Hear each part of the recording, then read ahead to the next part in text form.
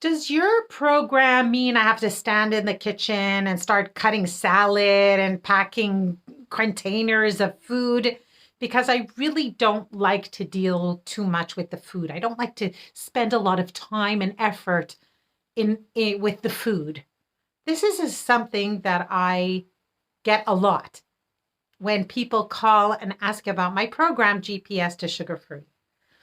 People will tell me that they're having trouble and they feel like they're struggling already for a long time with their weight and their eating habits. And they also say at this in the same breath that they don't want a program that they're going to have to invest a lot of time and effort in their food. So this live is dedicated to all of those people who, on the one hand, feel like they don't really have good control over their choices and what they're eating, but on the other hand, would sort of like to be free and not have to invest a lot of time and effort and thinking into what they're eating. So here is my message to all those people. If you were one of those who can eat in a healthy way without investing time and effort in your food, you will not, well, first of all, you don't need to listen to this live, okay? Because you probably then you would not be struggling with your weight and with your eating habits. Because if you're struggling, obviously, if you're struggling with weight and eating bad eating habits, or if you're sick because of your eating habits, if you have diabetes or fatty liver or or high blood pressure or any kind of metabolic or fat, high fats in your blood, like lipids in your blood, then obviously you are one of those people who, and this has been going on for a long time, then probably you are not one of those people who have been blessed with the ability to make healthy food choices and yet not spend time and effort to eat healthy or in your food at all. So if you're not one of those people, then what's the choice? So then what I say to you is it's not a matter of whether you're going to spend time and effort on your food or not. Because if you were one of those people, you wouldn't be listening to this already. By now, you would have turned it off. But if you are one of those people, then the million calorie question is, how are you going to spend that time and effort? And from which direction? Because here's the thing. Today, our nutritional environment is what is called obesogenic, which means it encourages obesity. Most of the people, if you want to know the truth, the people who can really not think about food and not make an effort to eat healthy and yet make healthy food choices, they're the minority. The huge majority of people, if they're just gonna like go with the flow with what there is in the food environment that we live in today, then there's very, very high chances they're gonna at some point in their life get fat or sick from how they're eating, or both.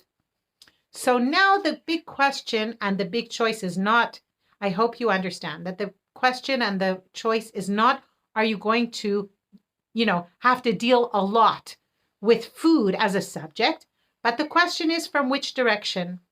So I tell a lot of people, if you've come to the point where you're looking for a program to detox from sugar and flour, if you've been struggling with your weight and your eating habits for a long time, and you feel like food controls your life instead of you controlling the food in your life, it's like the opposite direction than what it's going to be, then probably your choice is you're going to have to make an effort with food. You're going to have to think about food, and your reality is that you will think about food and you will spend time and effort when it comes to the food. The question is just from which direction. The choice is not between making an effort and dealing with food or not dealing with food. It's with, am I going to make an effort in advance? Spend that 15, 20 minutes I need in the evening before to think about what my schedule is tomorrow and how am I going to make sure that I have healthy food choices available to me over the course of that day. And then if you invest before, then your mind is free to live your life for the rest of that day, right? When I plan my day ahead, which I do, and if I'm going away or if I'm going to the office and I know that I have lunch and dinner in my containers before I go to sleep, and I have supper waiting for me in the fridge for when I come home, then my whole day is free to actually live my life and to spend my day in my life rather than thinking about the food. Or the other choice is not to do that, not to spend that time and effort planning and preparing in advance healthy food choices. And then maybe the other choice is just dealing with the food, but it's all day over the course of the whole day. It's like, what am I going to eat? What is there to eat? Is that good? Is it not good? Am I going to eat it? And I'm not going to eat it. How much am I going to eat? Wait a minute. If I didn't eat this today, now I can eat that. Wait, and if I eat that, so maybe I just won't eat that and that later on.